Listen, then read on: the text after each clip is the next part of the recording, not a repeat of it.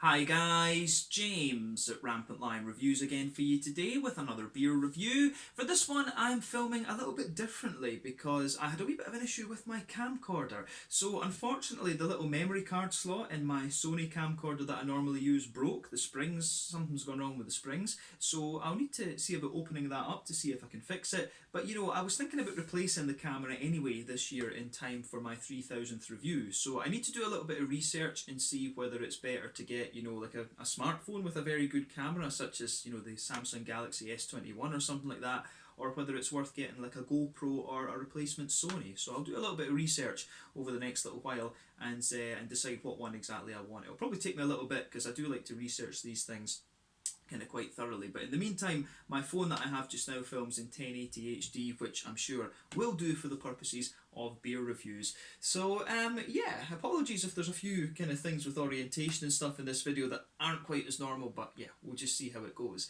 But yeah, for this review then, we have a beer that I think should be very interesting to look at. So this one is half Estonian on the home side, half Scottish on the away side. Both breweries have featured on the channel quite a few times before, and I've had some really nice beers from both of them actually, and this is one that I'm very curious to try again actually. So for this one then, we are going to go to Tallinn, the Estonian capital, and we're having a look at another beer from Põhjala. So this is part of their cellar series. It's called the Glen Noble. It comes in at 13.2% ABV, and they're describing this one as a 160 shilling ale. So basically this is a very strong Scotch ale. But this one is brewed in collaboration with the wonderful Tempest Brewing Co, who are from Galashiels in the Scottish borders, and again I've had some really great beers from these guys before as well. So yeah, very curious to see how this beer turns out. This one was very kindly given to me by N Parel when I was actually at Pohjala in Estonia filming my interview that I did with him. So that's why this one actually doesn't have the green wax seal on it that this normally has. He took it basically straight off the production line and said, "Oh, you're Scottish, have one of these," basically. So yeah, that was pretty cool, and we actually drank one of them together in the brewery as well. But I think this may well have been the first bottle of this beer to actually leave the Pohjala brewery, so that is pretty cool actually. So yeah, a 160 shilling Scotch ale this one. And I think it should be very interesting. It's also barrel aged, but I'll tell you the exact specs of this beer a little bit later on. But yeah, there was two reasons for this review being published on the 15th of February. So first and foremost, this is my father's 70th birthday today. So a massive happy birthday to my dad. 70 years old. He's been saying that his economic value has been going down since he's 60. He's been pretending to forget things since he's 60. But in reality, for a 70-year-old, he's pretty damn active. He still works. My dad's a lawyer, and he still works pretty damn hard actually. And I think it's good for him. It keeps him active. So a massive happy birthday to my dad on his 70th birthday. Unfortunately, I couldn't be there. I was planning to be there, but flights got cancelled and things because of this pandemic. So we need to celebrate that a little bit later on. But this is happening for many people across the world. I would have loved to have shared this beer with them. So I need to see if I can get another one and have a taste of that with them at some stage. But we'll see about that.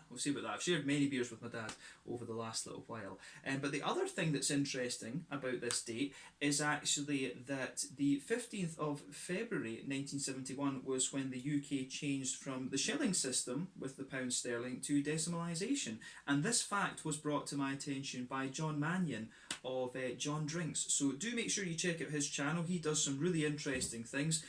He's got a really interesting style actually. I find these videos very engaging, and he's got some really kind of clever editing things that he does as well actually. My favourite one that he did recently was one of the Brewdog beers. I forget exactly which one it was. It was one of the very strong Brewdogs, and he'd done a little kind of edit thing walking to the Brewdog bar actually. So do make sure you check out John Drinks. I'll put the link to his channel in the video description for you below.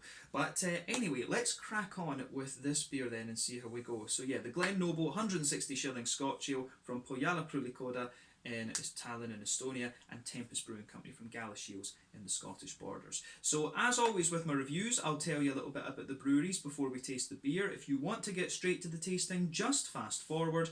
All the usual links are in the video description below. That's the brewery websites, the link to my other reviews that I've done, both from Pohjala and from Tempest Brewing Company. You will no doubt see more added to both of those lists at some point in the near future, but there's all the usual social media down there. If you want to see more reviews, do please consider subscribing to the channel. The whole channel of course, has a geography-based tagging system, so you can go into the homepage and search for beer based on country, city, state, county, province, prefecture, whatever it is you're interested in.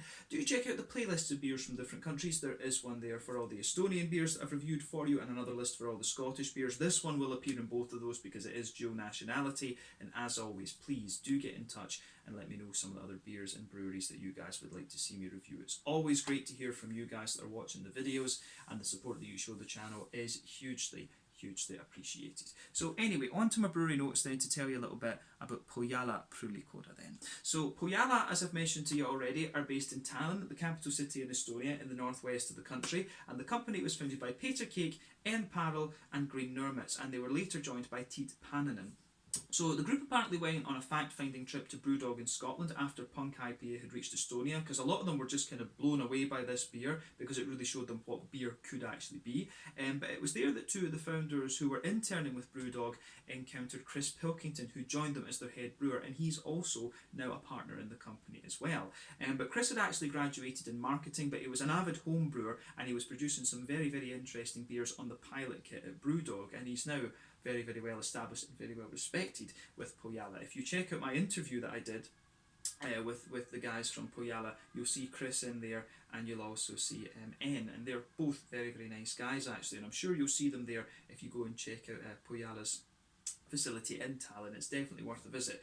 But the company itself was founded originally in 2012, and then from 2013 they began to gypsy brew at another few breweries around Tallinn. But they opened their own brewery in May of 2014 in the Noma district in the south of the city, and this had an initial capacity of 12 hectolitres, but this was scaled up considerably over the years. Their exports began in 2015, and the brewery are now widely known throughout Europe and further afield. And at this brewery, the original brewery in Noma, they had a tap room with 24 taps. A few years later though, in 2018, they moved to a new brewery in the Noblessner shipyard in northern Tallinn. That's where I filmed my interview, and this brewery has a 50 hectolitre brew house with an even bigger tap room, and they've got a restaurant there as well that serves American barbecue, and they're apparently considering opening up a bakery just now, because the chef at the restaurant, his wife apparently is a very talented kind of pastry chef and baker, so that'll be an interesting development from Pohjala actually. But as of February 2021, when I'm filming this review for you, these guys have produced around 90 different kinds of beer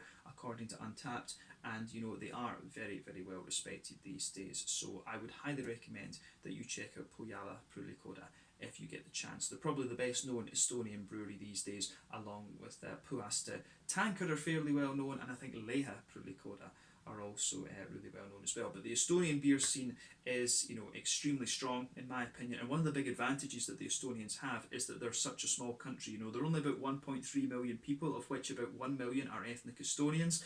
So you know, there must be about 60 or 70 different breweries in Estonia. So because they're such a small population, they can export quite a lot actually, and that's one of the big advantages they have. So Pohjala from the early days have been able to export a lot, and these guys are, as I say, probably the most widely distributed Estonian brewery in the world at the moment, and then probably that's followed by Puhasta, I would think.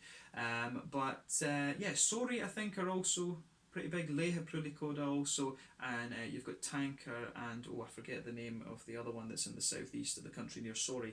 Their name's gone right out of my head actually. Kebliku, that's it. They're quite well distributed as well. But yeah, that's all I can really tell you about Pohjala Pruulikoda for the moment, other than the fact that their name means dark realm in Estonian. So yeah, or northern realm, I think we should say. Northern realm, dark realm, I think is the meaning of the name of these guys. But yeah, if you want to learn more about these guys, you can check out the brewery website. You can follow them on Facebook and Instagram to keep up to date with all the latest goings on, and you can of course check out the Rate Beer, Untappd and Beer Advocate pages to learn more about all of the different beers that these guys have done. So yeah, let's go on to the Scottish side of things then. Tempest Brewery. So Tempest Brewing Company, or Tempest Brewery, was founded back in 2010 by Gavin and Anika Meiklejohn. So Anika trained as a chef in New Zealand, but the couple returned to Scotland in 2007 to run the Cobbles Bar in Kelso in the Scottish borders. But Gavin had previously worked for the Whistler Brewing Company in British Columbia over in Canada, so he had an appreciation for craft beer for quite some time, and he'd also taken some brewing courses in Sydney in Australia, and he homebrewed from his garage in Wellington in New Zealand using a 50 litre brew kit. But Gavin is joined at the company by Alan Rice, who acts as the business development manager, and he previously worked for Stewart Brewery in Edinburgh, who also produced some very nice beers incidentally. But he had also, from what I understand, Gavin had also lived in New Zealand and Australia actually. And as we know, New Zealand has had a strong beer scene for a very, very long time, and the Australian beer scene has kind of caught up a little bit more kind of recently, if you like. The brewery was previously housed in old dairy buildings in Kelso, and this brewery was largely kind of homemade and engineered to produce big flavoured beers on a really kind of shoestring budget, if you like. But their beers proved to be very, very popular, and then they moved into their current and bigger home at the Tweedbank Industrial Estate in Galashiels. But in June of 2019, they submitted plans to build a new brewery building with bar and restaurant on the site of the former Eldon Mill, which is very close to the new Tweedbank train station, and so we'll need to see how that progresses over the next little while. But I do want to get down there at some point and film an interview with these guys. I was invited by one of the brewers on the basis of one of my last videos I did for them, so I'll need to follow that up at some stage once this whole COVID-19 pandemic buggers off. Actually, it would be quite cool to go down there and film an interview with Gavin and Anika and the head brewer, of course. That would be pretty cool. But as of February 2021, when I am filming this review for you, these guys have produced 120 different kinds of beers, and the other thing I would say about Tempest is that they're not scared to try different styles. Actually, they've produced a lot of different things over the years, but probably my favourite beers from these guys would be the Brave New World is a lovely West Coast IPA, and also, if you can get it, the Old Parochial, I think, is one of the best Scottish brewed Scotch ales, actually, although that's more of a kind of American style Scotch ale, I guess, in a way, although it does have some peated malts and things in it. But that beer is, I think, my favourite one that I've had from them thus far. Marmalade on Rye is a beautiful IPA as well that I would add. But yeah, that's all I can really tell you about Tempest Brewing Company for the moment. These guys are a very, very well respected Scottish brewery, and I do look forward to them scaling up a little bit, because I think they do deserve a little bit more recognition than they currently have. But yeah, definitely cool to see these guys collaborate as well, and I think this one will be a very, very interesting beer. But yeah, that is it for the brewery history sections. On to the beer itself then. So like I mentioned to you earlier, this one is a 13.2% Scotch Ale. The hops in this one are Chinook and Hallertau Mittelfrüh. It's got a malt base of Golden Promise, Munich, Dextrin and Cara Pale malts, and also some wildflower honey in it. But it's aged in a combination of Glengarry whiskey casks, which are from Speyside, and also Auchentoshan, which is a lowland whiskey cask from they're lowland whiskey. I think they're from like Clydebank, if I remember rightly. So yeah, they're one of the few lowland distilleries left operating, come to think of it. So yes, the Glengarry are in Aberdeenshire, so yeah, they're Speyside. But yeah, this should make for a very interesting beer. I have actually tasted this one before. Like I said, when I was at the brewery filming my interview with N and Chris, we N basically pulled one of these off the production line as it was being bottled, opened up and said, "Oh, have a glass of this," and it was a very, very nice beer actually, and I'm sure with a bit of aging, I've had this beer maybe about 6 months, I'm sure it will only have gotten even better. So yeah, as I say, I reckon this is maybe the first bottle of the Glen Noble that made it outside of the Pohjala factory actually, so quite interesting. But yeah, I'll just let you have a little look at the artwork of this one before we open it up. There you can see it is, really nice. It's got all the different kind of heather and things like that, the daisies and stuff, the birch, I guess, for Estonia. There's a lot of birch forests in Estonia, of course. But yeah, it's also, I think this one was intended for export to China by the looks of it, because it's got lots of Chinese on the back. But it says here, Glen Noble 160 shilling ale, a modern take on the traditional Scottish 160 shilling ale, brewed with wildflower honey and aged in a blend of Glengarry and Auchentoshan whiskey casks, served between 12 and 16 degrees. So I did let this one sit for a little bit before I brought it out of the fridge, of course. But yeah, there you can see on the side, let me just figure this out, there you can see the Pohjala and Tempest Brewery Company symbols. I think the camera's not going to focus quite as well on that. Yeah, as I say, still getting used to filming on the phone for the moment, but you can see the standard Pohjala bottle cap on this one. It seems to be the focus, the sweet point of the focus is about here for the camera, so that's pretty good. But yeah, certainly looks very nice. 13.2% this one. This should be very interesting. So let's get it out and we'll get on with the tasting then. Very curious to see how this beer turns out again, but I know that it's a pretty good one.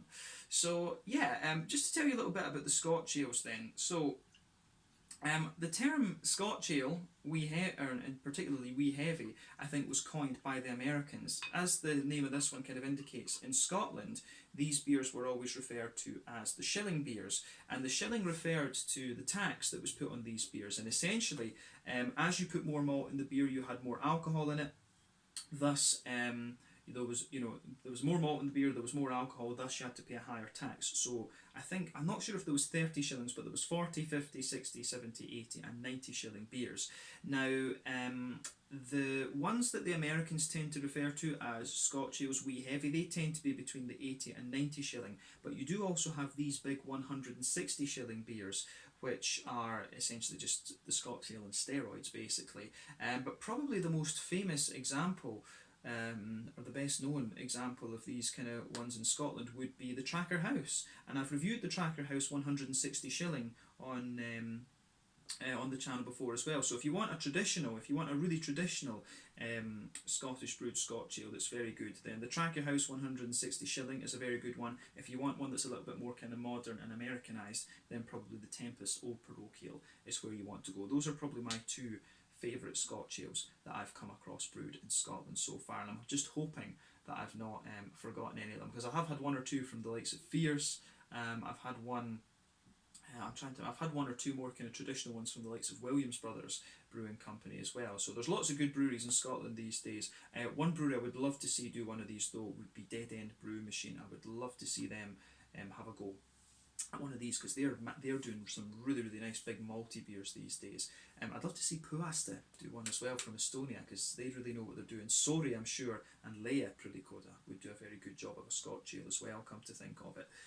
But yeah, let's focus on this beer anyway. So as you could see when we poured this beer, there was about a quarter finger of a frothy, I would say kind of fawn coloured head. If we shine the light through this one, there's actually quite a wee bit of sediment in the bottom of this, but it's all natural, so that's not such a big deal. But this beer itself, in terms of its colour, I would describe it as a very kind of rich, sort of mahogany, cherry wood kind of thing. But yeah, there's one or two big bubbles sticking towards the side of the glass, a few little ones going up towards the bottom of that head there, and the head incidentally has just kind of faded down to be just a very thin, wispy and quite foamy layer, but it certainly looks very nice. But yeah, I am getting quite a little bit of sediment just sitting in the bottom of the glass here, which is it's quite interesting actually. I didn't think the beer had so much sediment when I looked at it in the bottle. It's actually quite clean on the bottom of the bottle, come to think of it. Let me just put that back.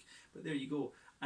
Yeah, so really nice looking beer, I have to say, this one. You can see little tiny bits of particles just being suspended in the liquid there, which is quite cool. But yeah, lovely rich kind of mahogany kind of colour, this one. Let's take a closer look at the aroma then and just see how we got on. Remember, the colour of your beer is dependent on two things. One, the type of malts that you use. Two, the length of the boil. The longer you boil the wort, the more the sugar caramelises, and thus you get a darker colour out of the beer. But let's take a closer look at this aroma and just see how we get on. That smells absolutely beautiful. Just going to say that it smells like a beautiful beer, this one. Yeah, where to start with that? It's got a really nice balance with it. I think the backbone of the beer is definitely those nice kind of woody barrel aged sort of things. You really get that out of this beer, that lovely big kind of just smooth oaky woody sort of thing there. You get a little bit of that kind of Werther's Original butter candy sort of thing that you're going to get from the barrel aging as well. It's really nice. Then on top of that, you've got these huge brown sugary notes, and you can smell the sort of whiskey brown sugars in there as well, actually. I mean, the level of sweetness that you have out of this beer, which I'm guessing is from the wildflower honey to an extent, if I was blind smelling this without knowing what it was, I think I would probably guess this was like bourbon barrel aged rather than Scotch whisky barrel aged. Because the American bourbons for me have always been considerably sweeter than the Scotch whiskies, and it's the same with American beers as well. Anything the Americans get a hold of, it tends to go down the sweet line of things. But yeah, the aroma out of this is just lovely. It's got that big, smooth, oaky, woody character, and there's definitely a bit of vanilla in there, a bit of that Werther's Original kind of butter candy sort of thing going on, and then you've got all these big brown sugary elements just kind of sitting on top of that. I would guess that a beer like this has to undergo a boil of like 5-6 hours or something like that to get the level of caramelization that this has. But yeah, so straight away with this one, you do get a nice little bit of a kind of treacly sort of thing out of this, but I wouldn't say it's such a dark treacle. It's got quite a bit of brightness to it, so you get those big oily treacle molassesy sort of things out of this one. You've got a lot of sweet caramel in there as well, and you can also smell the kind of the honey in this one as well. The honey, the sort of brighter, kind of lighter, is it maybe right to say crisper honey notes? You can definitely smell a little bit of the kind of spiciness in there as well. You know, heather honey is quite a popular thing to use in Scotland. Of course, one of the most famous Scottish craft beers would be the Frey Heather Ale from my local brewery, Williams Brothers. And you know, to an extent, some of the kind of honey notes you get in this beer do remind me of that a little bit. So yeah, this is just a beautiful smelling beer. Of course, the focus on this one is on the malty side of things, absolutely. You can get a little hint of a slightly kind of brown bready sort of thing in this one, and that's kind of to be expected when you've got Munich malt in there. So there is a wee bit of a kind of smooth brown bready sort of thing there, but this beer is all about those big oily brown sugary notes, absolutely. And the brown sugars are so layered. Like I say, you've got Werther's original butter candy kind of thing in there, you've got a big oily treacle molasses, you've got a brighter caramel, you've got a kind of slightly spicy honey type note out of the beer as well. So there's so much going on in this beer that there's so much going on in this beer that it just it's just lovely. Actually, I really like how everything just kind of pieces itself together in this. It's a really nicely executed beer in terms of its aroma. On the hoppy side of things, there's not too much to report in this one, to be honest, but that's what you'd expect, because you know, you would expect that because of the just what the beer is, and it's been barrel aged. But you do get a wee bit of an earthiness out of it. There's a little touch of herbal quality in there. I mean, it's Chinook and German hops that are in this one. You've got a nice little bit of floral aromaticity and a wee bit of grassiness, but the green component of the hops comes across as very, very smooth. But the fruity side of things is quite interesting for sure. I mean, you get a little bit, it's kind of like a soft, it comes across as a sort of soft, ready fruit that you get with this one, like kind of juicy and figgy. There's a little bit of black currant and blackberry sort of notes to it.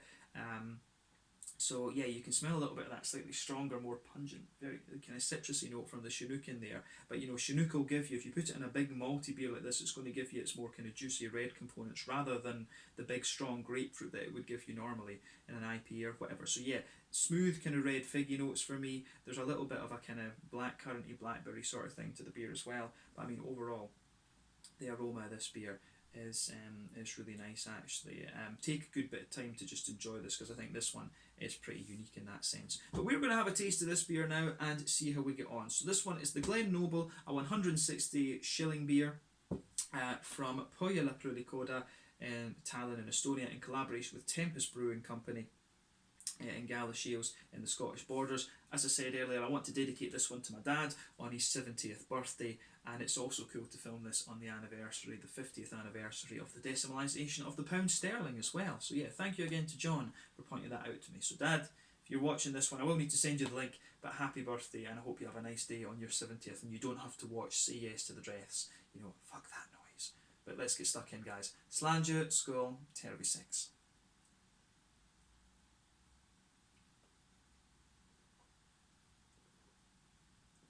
Yeah, you know, my dad, I was going to say beautiful beer, but yeah, my dad gets forced to watch Say Yes to the Dress by my sister and my mum, so he's nicknamed it Say Yes to the Sodden Dress, but he gets his own back. He falls asleep and snores through it, which is great, just funny.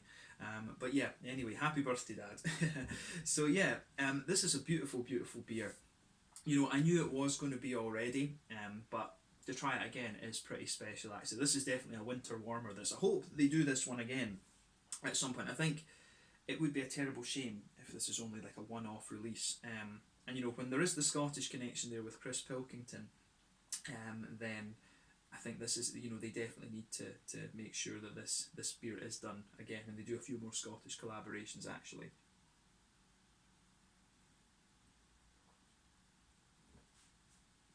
But yeah, where to start with this one? So straight away with this beer, you get that lovely kind of smooth woody character just blanketing the middle of your tongue. You get that lovely smooth kind of oaky character there, and that just goes right across the middle of your palate. So yeah, I really love how that goes together. Absolutely. So It actually develops a little bit of spice as well the further you go into the aftertaste. You can feel the woods just having a little bit of dryness as well, which is quite interesting. But yeah, lovely big smooth oaky character across the middle third of your palate.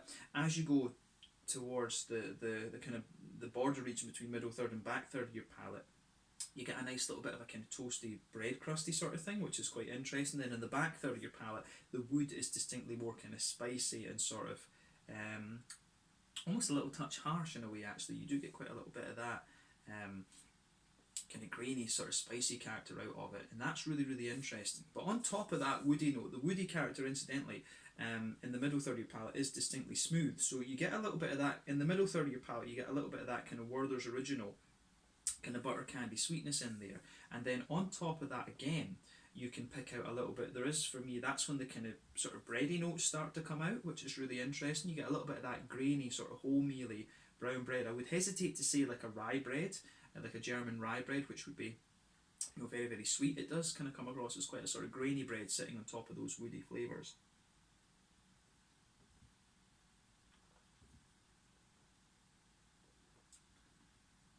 But yeah, the oily nature in this beer is really really nice, and that's what gives the beer a lot of its depth. I mean, I think on top of the bready notes, that's when you start to get the kind of honey quality coming out of this beer. You can feel the sort of spicy honey note kind of sitting in just on top of that bready layer in the middle third of your palate.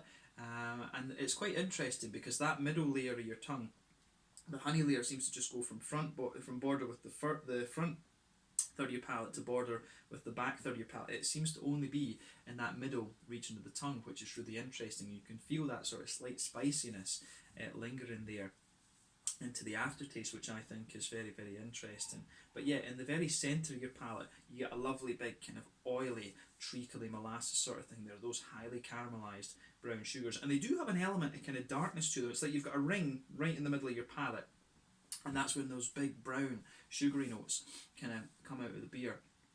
So I really like that about this one for sure. I think it works very very well.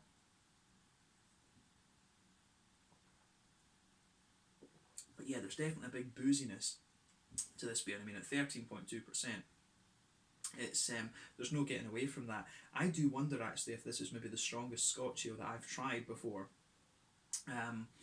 The only one I can think that would rival it would perhaps be the old Parochial, but I honestly can't remember. I think the old Parochial was like, you know, 11 or something like that, 10 and a half, 11. I don't think it was 13.2 like this, but this is barrel aged, remember. And I can't remember. I know there are barrel aged versions of the old Parochial, and they release a new vintage every year, and it varies because I think this year's one might have been about 12%, and I very nearly got one, but I wasn't sure because I thought it was a new barrel aged version of the old Parochial, but it seems they tweak the recipe every year. But this one, the brown sugars, the big treacly oily molasses thing is lovely and just big in the beer. But then if you move towards the centre of the palate, you start to get a little bit more of a kind of sweet caramel note to it, and then yeah, I think that kind of summarises the sort of brown sugary notes you get in this one. Actually, it's got a really really nice depth to it, this beer. It kind of just builds up. It's very layered, so smooth oaky wood. Then you've got a little bit of that kind of butter candy thing. You've got the sort of brown bready kind of element to it.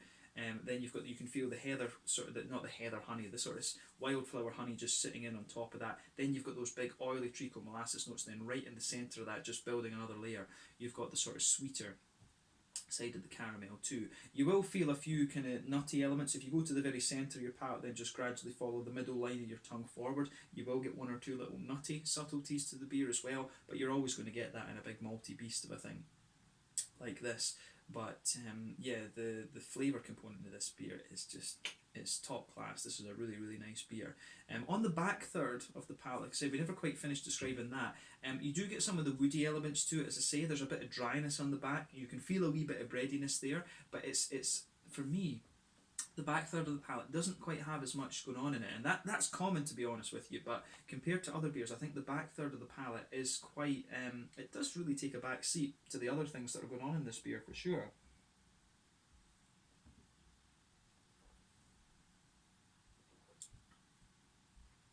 So yeah, in the back third of the palate, I mean, it's, you know, it's just got a nice kind of really woody infused aroma, and I think, or flavour, sorry, and I think that's where you start to get the little whiskey elements out of it. So I think in the back third of the palate, That's where you're getting the nice kind of slightly citrusy and woody kind of whiskey notes coming out of the beer. That's when you really start, you can feel there's a bit of grainy breadiness and stuff in there and a bit of toastiness, but I would say that that is where you are seeing the Auchentoshan and the I forgot the name of the other whiskey now, the Glengarry. You're seeing the Auchentoshan and the Glengarry whiskey elements just coming out of the beer actually. So a nice little bit of spice, a nice little bit of, you know, kind of nutty and woody, fruity sort of things in there. The two whiskey notes actually come across as quite citrusy, to be honest with you.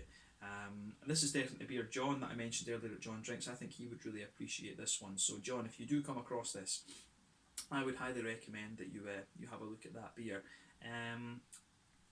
So yeah, this is a lovely Scotch Ale, this one, no doubt in my mind about that. But yeah, as I say, if you want to notice the more whiskey notes, focus on that back third of your palate. On the hoppy side of things then, back corners of the palate, you've got a nice slight earthiness to the beer. As you move further forward, you start to get a little bit more of a herbally quality, pardon me, and then as you reach the kind of front corners of the palate, you start to get more of a kind of floral aromaticity, and you can sort of detect the remnants of the big piney resins that Chinook is well known for, but you also can detect those slightly brighter floral aromatic notes that you would expect of the German Mittelfrüh Hallertau Mittelfrüh sort of hops, if you like.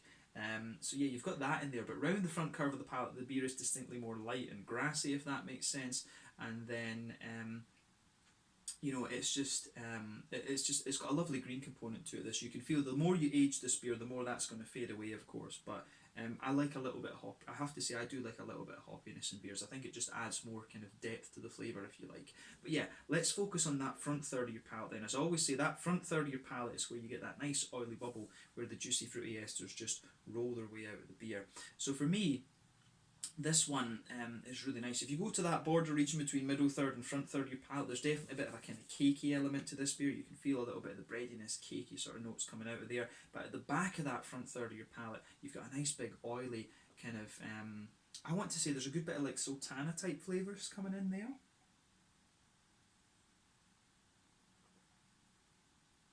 Yeah, there's a lovely bit of that kind of dried sultana type quality on the back third of your palate there, which is really nice. And as you come a little bit further forward, there's a wee bit of a kind of datey sort of thing to it as well, which is interesting. But then as you get gradually further forward into the front half of that front third of your tongue, you'll get a little bit more of a figgy note, and then a really nice blackcurranty base, and then a nice kind of blackberry sort of layer on top of that. You start to get more of these kind of big fruity characters coming out of this one as well.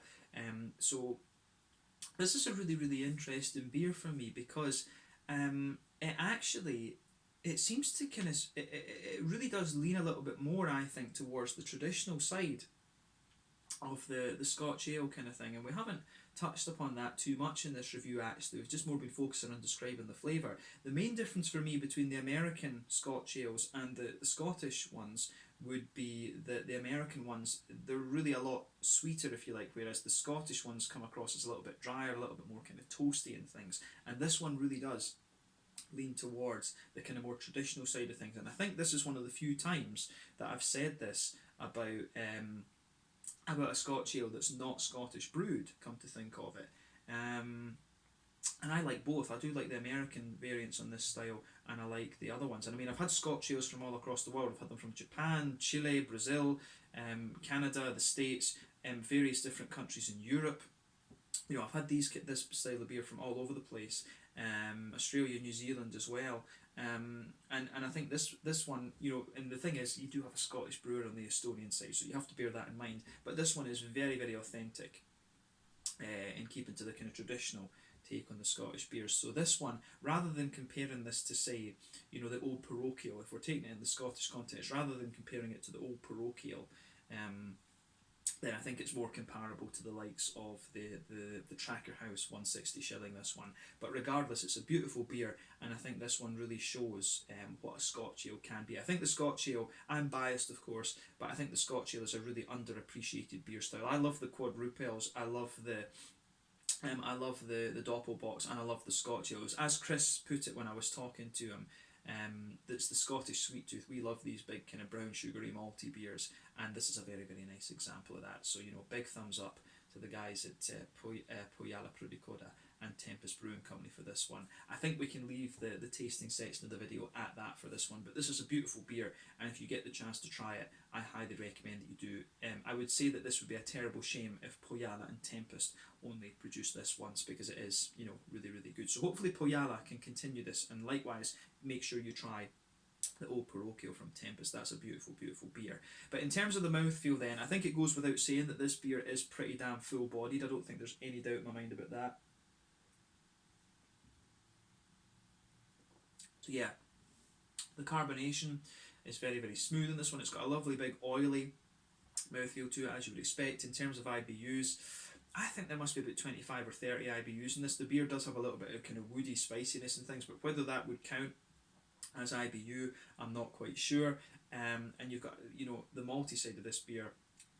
It's lovely and kind of slick in a lot of ways. It's got a huge, huge big kind of smoothness to it and big oiliness to it, which is great. And the fruits come across as really nice and dry, but at the same time quite juicy. So this beer, I would say it kind of gets drier into the aftertaste, but it's got a big oily and kind of slick thing in the early stages. But regardless, it's a beautiful, beautiful beer, and one that I would highly, highly recommend that you check out if you get the chance. So yeah, I think this was a very fitting beer to celebrate my dad's 70th birthday. I will need to see about getting another bottle of this to give him, and we can drink that together at some stage.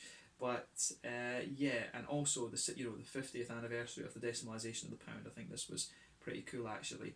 So yeah, let's leave it at that for this one then. Once again, thank you for watching my beer reviews. Until the next time, please like, subscribe, share, all the usual YouTube stuff. Let me know your own thoughts on this beer in the comment section below. Let me know what your favourite beers are from Põhjala Pruulikoda and from Tempest Brewing Company. We'll no doubt return to both of these breweries at some point in the near future, but I think this was a great one to review, and I do hope that this one does get brewed as a seasonal at least, because I think it would be a terrible shame if it doesn't. But two great breweries involved here. They've produced a great beer. What's not to like about that? Thanks again for watching. Check out my social media, check out these breweries, and I will catch you guys very soon. And once again, a happy 70th birthday to my dad. Slàinte, skål, cheers, and catch you guys in the next review.